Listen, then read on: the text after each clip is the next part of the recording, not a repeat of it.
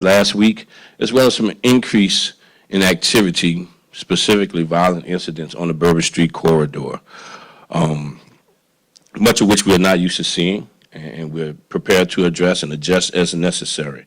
We've issued an alert seeking information on individuals believed to be involved in the incidents on Bourbon Street, while we've also have made obtained a warrant for an arrest for an individual who was involved in the shooting that had 5 victims on Bourbon Street. So that is still an ongoing investigation. However, we have obtained a warrant for an arrest for one of the individuals involved in that particular incident. Last week, let's talk about last week. Last week we had 10 homicides last week. That is something definitely out of the norm for us. Of those 10 homicides, we had 6 to be cleared by either warrant or by arrest. And in doing so, also, we cleared a 2013 cold case of a double homicide that occurred in 2013. So this is an example of our detectives, our officers not giving up, remaining engaged, remaining and committed to just that, the safety of our city. A couple of these incidents, and what I'm concerned with right now is a few of these incidents as normal. We would see neighborhood feuds. We would see perhaps some narcotics activity. But the majority of the incidents that we've been seeing lately has been either domestic violence or acquaintance cases. And as such, what we also have identified is that minor disputes have escalated to a fatal ending rapidly. And that gives me some concern with regards to what is the state of mind of our citizens? What is the state of mind of our society right now? We have to think about that. As I've said this before, and I'll say it again, there's some serious stressors out there, financially, economically, whatever. And we really have to take a look at ourselves with regards to our mental state, because we are seeing things rapidly evolve unnecessarily. But at the end of the day, we still have a job to do, and we will continue to do just that.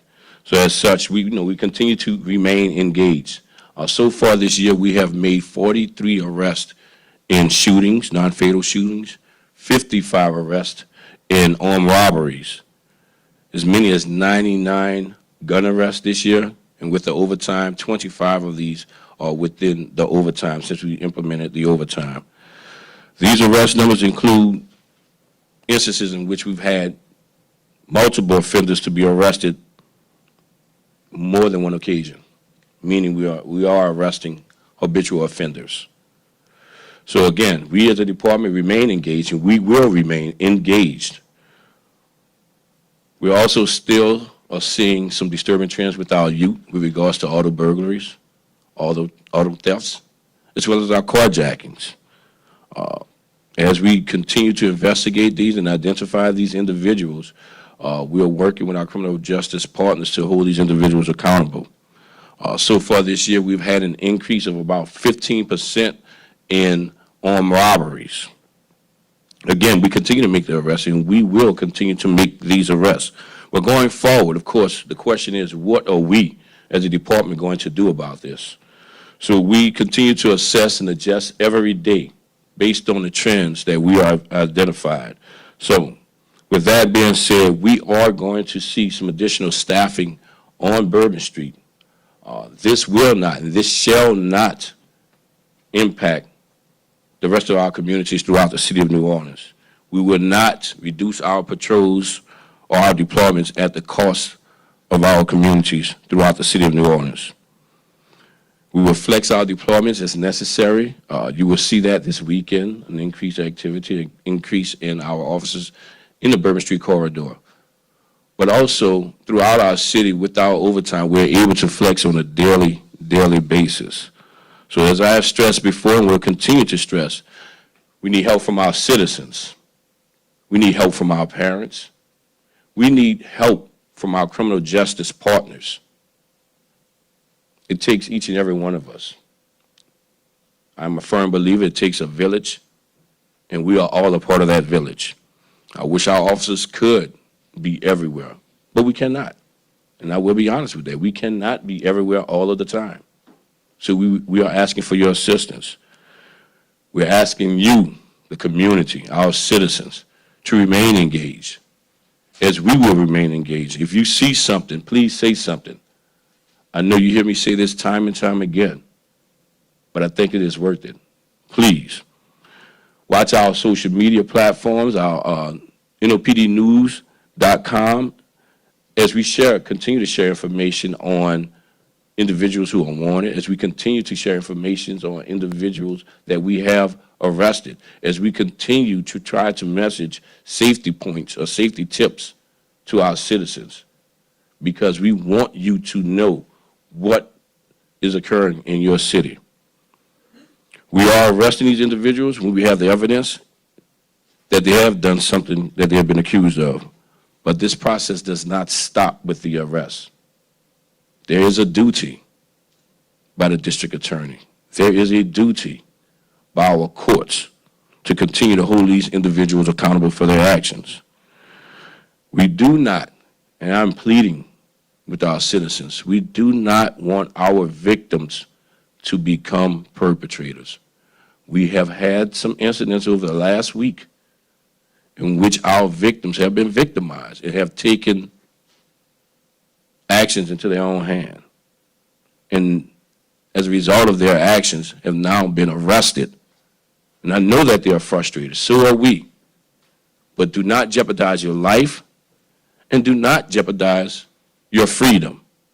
So I'm asking you, please allow us to do our job and continue to work with our partners in the criminal justice system to hold these individuals accountable. I'm going to say what I said 2 weeks ago. Continue to remain guarded. Continue to remain safe. Continue to call us as needed so that we can do our job.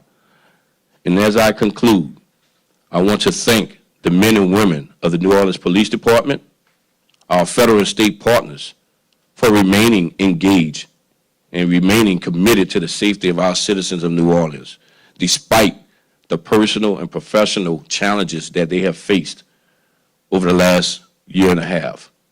We as a department know that we have an obligation, and we will remain engaged to do just that. With that, I will answer any questions, Gary, that anyone may have. Start at the far end there, WWL, please. Yes, just a two-part question. Can you drill down a little bit on what the Bourbon Street deployment is going to be like? You say you're going to be adding some additional folks. And then can you talk a little bit about what your summer deployment is going to look like? I know I was talking to a woman down in the Desire neighborhood who is not looking forward to summer coming because she doesn't believe that there's enough police in that neighborhood. So could you please?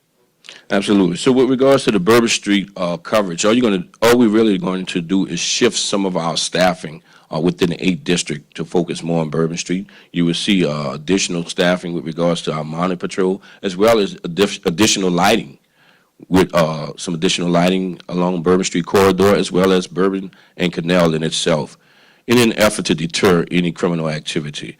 With regards to our summer plan, we're working on that right now as we speak.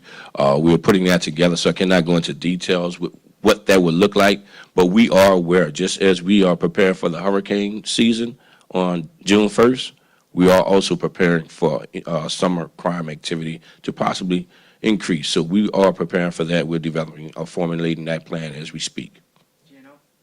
Approximately how many more officers will be there, and is it just on weekends or weekdays as well?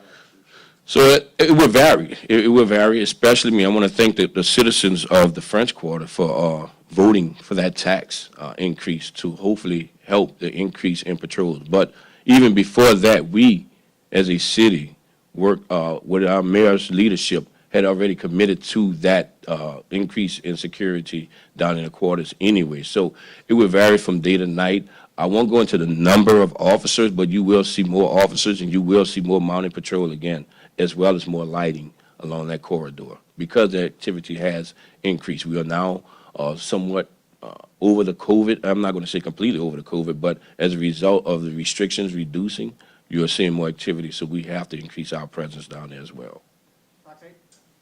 There was some concern expressed yesterday from the city about the number of events that are going to be taking place, let's say in October, due to postponements from COVID, and with the recent uptick of crime and issues. Are you concerned about manpower being an issue to help out with, safety, crime concerns during this many festivals with probably a large amount of tourists in town for this? So let me say this first and foremost. None of those festivals have been approved by the city of New Orleans as of yet. So here's a discussion that we are having as to what are the capabilities, and we have to be real, what can we as a public safety team, not just the police department, we're talking about EMS, we are talking about fire, we are talking about Homeland Security. What can we, in reality, handle from a public safety perspective? We definitely want to welcome our festivals. We want to continue our culture, but we have to be real as to what we can handle. So we are having those discussions as to what we can do, and I do have my concerns as to whether or not we as a department can adequately staff that while also trying to patrol our community. So there's some serious discussions to be had, and we are doing those discussions as we speak.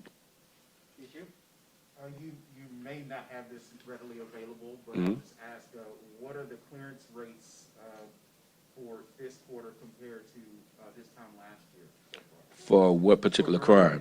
Murder cases and shootings from last year. You're right, I do not have all of them, but I will say, I know right now with regards to homicide, we had approximately, I think, 55% or 56% clearance rate so far this year with homicides. What was it looking like last year? I do not have those answers. We can get those numbers to you after this. Sure. But- Chief, you may or may not have heard that there is a non-fatal shooting right now in the Mary, just as you're talking about violent crime. Does that sort of underscore in your mind what we're looking at out in the community right now? It does not underscore, you're right, I'm not aware of the shooting right now. I mean, I have not been informed of it just yet. But again, unfortunately, people are resorting to violence. Instead of de-escalating, instead of communicating with one another, agreeing to disagree, many individuals are resorting to violence, and we have to do our due diligence in holding these individuals accountable. So there's nothing real I could say about that. One other question, with all this talk about defunding police officers and the discussions that are going on that you're well aware of, has that hurt recruiting?